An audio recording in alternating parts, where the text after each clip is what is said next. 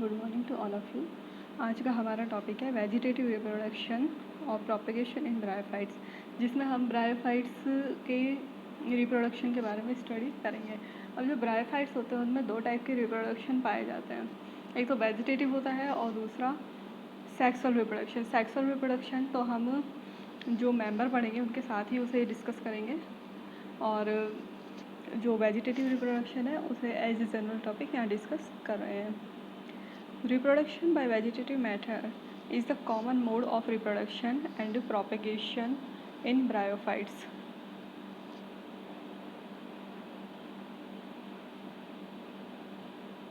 Reproduction by vegetative method is common mode of reproduction and propagation in bryophytes. तो जो ये vegetative reproduction है यह ब्रायोफाइट से बहुत ही कॉमन मेथड होता है रिप्रोडक्शन का। This mode of reproduction does not involve fusion and meiosis and is a characteristic feature of the group of plant. तो जो ये रिप्रोडक्शन की प्रोसेस होती है वेजिटेटिव रिप्रोडक्शन, इसमें ना तो किसी तरीके का मियोसिस होता है ना सेल्स का फ्यूजन होता है, बिल्कुल सिंपल डिवीजन होता है कि प्लांट का कोई पार्ट है उसी से ही दूसरा प्लांट बनेगा। तो इस तरीके से बिल्कुल ये सिंपल रिप्रोडक्शन होता है। In most of the dioecious bryophyte, the propagation of the species take place by vegetative means. जो मोस्ट ऑफ dioecious bryophyte हैं उनमें वेजिटेटिव रिप्रोडक्शन बहुत ज़्यादा पाया जाता है। It was Correns who was first to collect and summarize the vegetative method of reproduction in bryophyte और mosses. तो जो ये कॉरेंस थे इन्होंने सबसे पहले ब्रायोफाइट का जो ग्रुप है ब्रायोप्सीडा उसमें वेजिटेटिव मैथड ऑफ रिप्रोडक्शन के बारे में बताया। A brief account of various method of propagation through vegetative means has been presented below. अब जो ये एक जो वेजिटेटिव रिप्रोडक्शन के लिए ब्रीफ अकाउंट है वो यहाँ पर दिया गया है कि क्या कौन कौन से मेथड है जिनके थ्रू वेजिटेटिव रिप्रोडक्शन ब्रायोफाइटा में होता है, या कौन कौन से मेथड हैं इनके बारे में हम यहाँ पर डिटेल में स्टडी करेंगे। First, bye death and decay of older part. In many liverwort, the Rixia, Markensia, Anthoceros, Notothylus, etc., this is the most common mode of propagation. This process involves progressive death and decay of the older part of the thallus and separation of young part at the dichotomy of thallus. These separated parts develop to form adult mature thalli. So by decay and death part of the thallus, तो इसमें क्या होगा कि जो thallus होता है वो उसकी डेथ हो जाए या फिर थैलस के जो ओल्डर प्लांट पार्ट होते हैं वो रीजनरेट होकर के नया थैलस बना देते हैं। तो इसके एग्जांपल्स हैं रिक्सिया, मार्केंशिया, एंथोसिरोस, नोटोथाइलस। सेकंड है bye formation of adventitious branches. Adventitious branches से मतलब होता है अपस्थानिक ब्रांचेज बनेंगी, एडवेंटिटियस ब्रांचेज बनने लग जाएंगी। तो और ये ब्रांचेज आगे डेवलप होकर के थैलस बनाती है। This means of vegetative reproduction take place in Riccia, archegoniophore of Marchantia, Metzgeria, Targionia, रिपोलिया, एस्ट्रेला, स्फेरोकार्पस। तो इस टाइप का जो रिप्रोडक्शन होता है वो इनमें पाया जाता है, जैसे कि रिक्सिया में या मार्केंशिया का जो आर्किगोनियोफोर होता है उसमें। तो ये इसके एग्जांपल्स हैं जिनमें ये एडवेंटिटियस ब्रांचेस के थ्रू रिप्रोडक्शन होता है। Adventitious branches develop usually from the underside of the midrib of the thallus. जो थैलस के ऊपर मिडरिब होती है, मिडरिब वाला रीजन होता है उसके नीचे की तरफ एडवेंटिटियस ब्रांचेस का डेवलपमेंट स्टार्ट होता है। Adventitious branches develop usually from the underside of the midrib of the thallus. These branches on detachment develop into mature thalli. तो जो midrib होती है उसके नीचे की तरफ या अंडरसाइड रीजन है उसमें एडवेंटिटियस ब्रांचेस बनना स्टार्ट होती हैं। जब ये थैलस से सेपरेट हो जाती हैं तो नया थैलस बना देती हैं। थर्ड है by branch tip. Branch tip क्या होती है, जैसे ही डेसिकेशन होता है या सूखे की कंडीशन आती है तो उस टाइम पे क्या होता है जो कंप्लीट ब्रायोफाइट होता है वो सूख जाता है, ड्राई हो जाएगा और डेड हो जाता है, लेकिन जो उसके जो टिप्स होते हैं वो लिविंग रहते हैं और जैसे ही फेवरेबल कंडीशन आती है तो ये टिप्स वापस से डिवीज़न करके नया प्लांट बना देते हैं। During prolonged drought all part of a gametophyte except the branch tips weather away and are killed. Each such branch tip is capable of developing to a new plant as a favorable condition return back. This method of vegetative reproduction is quite common in species of Rixia. तो इसका branch tips का main example है Riccia. तो जैसे जब ज़्यादा लंबे time तक ड्रॉट की कंडीशन होती है तो उस कंडीशन में जो गैमेटोफाइट प्लांट होता है वो डिके हो जाता है या सूख जाएगा, तो इसके कारण वो मर जाएगा। लेकिन जो उसके जो टिप्स होते हैं वो एक्टिवेट रहते हैं और जैसे ही फेवरेबल कंडीशन आती है तो वापस से वो ग्रोथ शो करेंगे और नया थैलस बनाते हैं। वो फिर फोर्थ है bye formation of innovations. Innovations का मतलब होता है कि जो थैलस होता है या प्लांट है उसके पास से नई ब्रांचेज निकलती लग जाती हैं। By formation of innovations and their separation is the method of vegetative propagation in acrogynous, Jungermanniales and Sphagnum. तो इनोवेशन का सबसे बेस्ट एग्जांपल है स्पैग्नम। इसमें जो मेन थैलस होता है प्लांट है उसके पास से ही नई ब्रांचेज निकलने लग जाएंगी जो उस जो मेन प्लांट होता है वो उसी की तरह ही दिखाई देती है और वो सेपरेट होती चली जाती है। फिर फिफ्थ है by cladia. Cladia are small detachable branches और brood branches which help in vegetative reproduction. ये क्या होती है, ब्रूड ब्रांचेज या डिटैचेबल ब्रांचेज होती हैं। जैसे प्लांट का जो थैलस है उसकी कोई ब्रांच टूट करके अलग हो जाएगी तो उसको क्लेडिया कहता है। अगर कोई ब्रांच टूट के अलग हुई तो ब्रांच क्लेडिया कहलाता है। अगर कोई लीफ टूट करके अलग हुई है तो उसको लीफ क्लेडिया कहते हैं।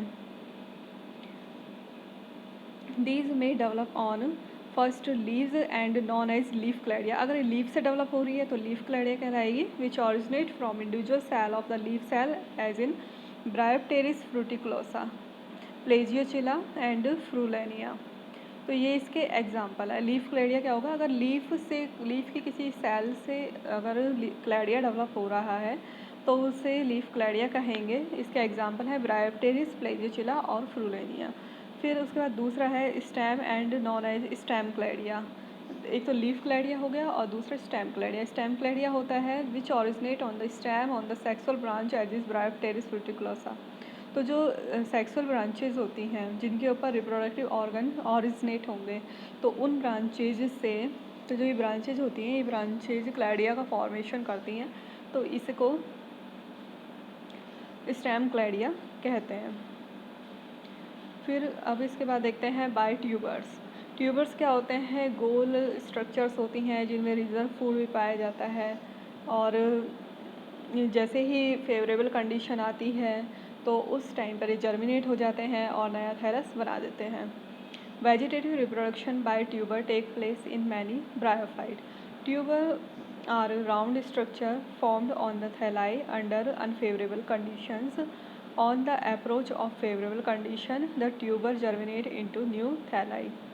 In Rixia discolor, Rixia Anthoceros thalli and Anthoceros personi, tuber are produced on the margin of the thalli or Anthoceros himalayensis. Tuber are borne upon stalk on the ventral surface of the thallus. Tuber are also produced in species of Rhizombonia.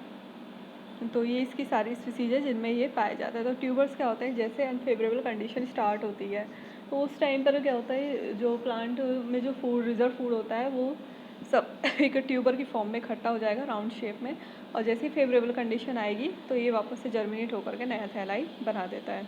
तो ये इसके example दिए हुए हैं किन किन में पाया जाता है। तो किसी में ये डायरेक्टली थैलस पे ऑरिजिनेट हो रहा है और किसी पर स्टॉक के ऊपर लगता है। फिर सातवां बाय गैमी।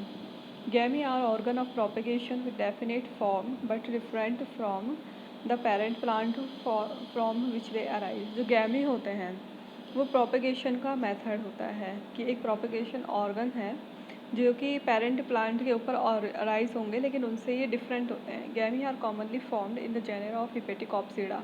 जो हिपेटिकॉप्सिडा है उसमें गैमी सबसे ज़्यादा पाए जाते हैं। फिर एंथोसेरोप्सिडा में उससे कम और ब्रायोप्सिडा में बहुत ही कम पाए जाते हैं।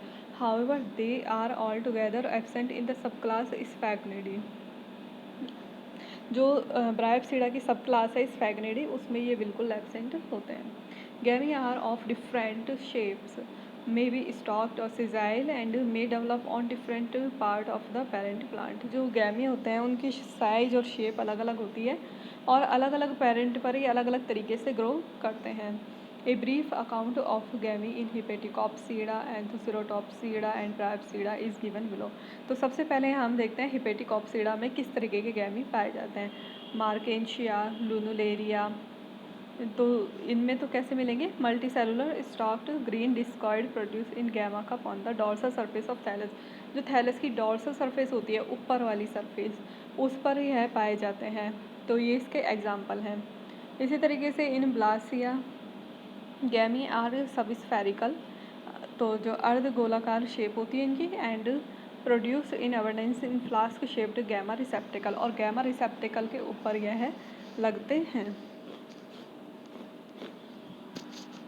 फिर तीसरा है gemmae are two celled endogenous structure produce within any external cell of thallus as in रिकार्डिया।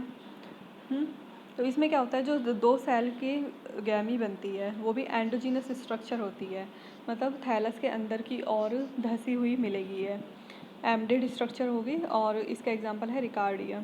फिर gemmae are 1 to 3 celled and produced on leaves in Marsupella Diplophyllum, तो इनमें ये इस तरीके से पाई जाती है। Discoid multicellular gemmae are produce on leaves in many species of Radula, और डिस्कॉइड मल्टीसेलुलर गैमी भी पाई जाती है। तो ये हिपेटिकॉप्सीडा में किस किस तरीके के एग्जाम्पल इसमें पाए जाते हैं, यहाँ पे ये दिखाए गए हैं। अब इसके बाद देखते हैं class Anthocerotopsida. In the class gemmae are produce in species of Anthoceros. Anthoceros की कुछ स्पीसीज यहाँ पे दी हुई हैं, इनमें ये गैमी पाए जाते हैं। तो in these the gemmae are borne along the margin and dorsal surface of the thallus. Class Bryopsida. In the member of this class, Anthocerotopsida में हो गया। अब इसके बाद ब्रायोप्सीडा क्लास देखते हैं। तो in the member of this class gemmae are produce in few genera only but are absent in subclasses Sphagnidea. In the genera of subclass Brydidae, the gamete are of different shape and produce at different position. जो ब्रायोप्सीडा के जो members हैं उनमें कुछ ही member हैं या कुछ ही genera हैं जिनमें यह पाई जाती है, और जो सब क्लास है स्फैग्निडी उसमें ये कम्प्लीटली एब्सेंट होते हैं। Gemmae are stalked multicellular green lenticular and are produced at the tip of the shoot surrounded by cap-like structure formed by widened leaves. Example tetraphis। तो इसमें क्या होता है, जो ब्रायोप्सीडा का जो एक एग्जांपल इस तरीके से दिया हुआ है कि जो गैमी होती है वो स्टॉक्ड होती है, मल्टी सेलुलर ग्रीन कलर की होती है, लेंटिक्यूलर होती है, और जो शूट का जो टिप होता है उसके ऊपर इसका ऑरिजन होता है, और इसके अलावा एक कैप लाइक स्ट्रक्चर से ये जो लीफ होती हैं वो कैप लाइक स्ट्रक्चर बनाती हैं जिससे यह कवर्ड प्रोटेक्टेड होती है। दूसरा है इन ओलोकॉमिडम। तो stalked fusiform gemmae are produce at the end of distinct leafless terminal stalk. तो जो इसमें क्या होगा, दूसरा एग्जांपल ये है कि इसमें जो गैमी होती है वो टर्मिनल स्टॉक पर, स्टॉक का जो टर्मिनल रीजन होता है उस पर ऑरिजिनेट होगी, लेकिन उसके ऊपर कोई भी लीफलेस रीजन होगा, कोई कवर नहीं मिल रहा। फिर है globular multicellular gemmae are produce at the base of stem in Bryum rubens, और जो थर्ड है globular multicellular gemmae. Multicellular gemmae पाई जाती है जो कि ग्लोबुलर शेप की होती है और जो स्टेम का बेस होता है वहाँ पे मिलेगी, इसका एग्जांपल है बायरम। फिर नेक्स्ट है बाय प्रोटोनिमा, एट्थ टाइप का vegetative reproduction bye protonema. Protonema क्या होता है, जब ब्रायोफाइट्स के प्लांट में स्पोरोफाइट बनता है, स्पोरोफाइट में के अंदर स्पोरोफाइट होता है जो कैप्सूल मिलता है उसमें, और कैप्सूल के अंदर स्पोर मदर सेल्स पाई जाती है जो कि डिप्लॉयड होती है। फिर स्पोर मदर सेल से स्पोर का फॉर्मेशन होता है, तो यहाँ पे मियोसिस डिवीजन होता है। मियोसिस डिवीजन होने से जो हैप्लॉइड स्पोर्स का फॉर्मेशन होता है। अब ये हैप्लॉइड स्पोर्स जर्मिनेट होते हैं। जब हैप्लॉइड स्पोर जर्मिनेट होंगे तो उसके बाद जो सबसे पहले स्ट्रक्चर बनती है वो प्राइमरी प्रोटोनिमा कहलाती है। In Funaria the spores germinate to form filamentous structure the primary protonema. The primary protonema may break into small pieces. Each of these is capable of forming a new protonema. The protonema bears bud each bird develop into a new plant. तो primary protonema spore germinate होकर के primary protonema बनाता है। अब जो ये protonema होता है इसके भी कई पार्ट्स में टूट जाता है फ्यूनेरिया में, और फिर जो ईच पार्ट होता है यह नया प्रोटोनिमा बनाता है, और इनके ऊपर बर्ड्स भी पाई जाती हैं जो कि नया प्लांट बना सकती हैं। फिर सेकंड है, नाइन्थ है by secondary protonema. Secondary protonema are not produced by the germination of spores, but these are formed by other method. Morphologically, secondary protonema is similar to primary protonema. On secondary protonema, also buds are produced. Each bud develop to form the adult plant. तो secondary protonema क्या होता है कि primary protonema से यह develop होता है, और इसका एग्जाम्पल है फ्यूनेरिया, इसमें पाया जाता है। सेकेंडरी प्रोटोनिमा में also develop from the marginal cell of primary protonema in Sphagnum. फिर 10वां है बायराइजोइड इन ल्यूकोबायरम इन ल्यूकोब्रायम। Vegetative reproduction take place by rhizoid. In the center of terminal rosette of leaf is present a tuft of rhizoid. From the rhizoid new plant arise. तो इस तरीके से होगा, जो rhizoids होते हैं उनसे नया प्लांट ऑरिजिनेट होता है। अब यहाँ पर दिया हुआ है मार्केंशिया में वेजिटेटिव रिप्रोडक्शन किस तरीके से हो रहा है, गैमी के थ्रू किस तरीके की गैमी इसमें पाई जा रही है।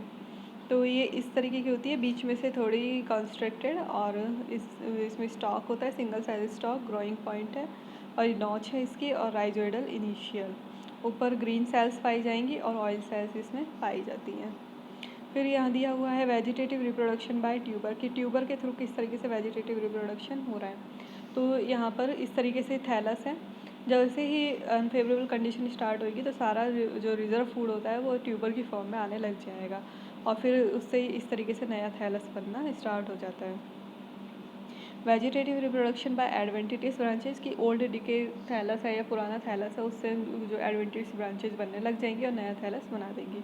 इसी तरीके से यहाँ दिखाया हुआ है vegetative reproduction bye death and decay Riccia और मार्केंशिया में। तो ऊपर रिक्सिया का दिया हुआ है कि किस तरीके से प्लांट का फ्रेगमेंटेशन होगा और नया थैलस बन रहा है, और यहाँ मार्केंशिया का है, और यहाँ पे इस तरीके से दो फ्रेगमेंट बनते जा रहे हैं, 2 से 4 इस तरीके से यहाँ पे दिखाया गया है।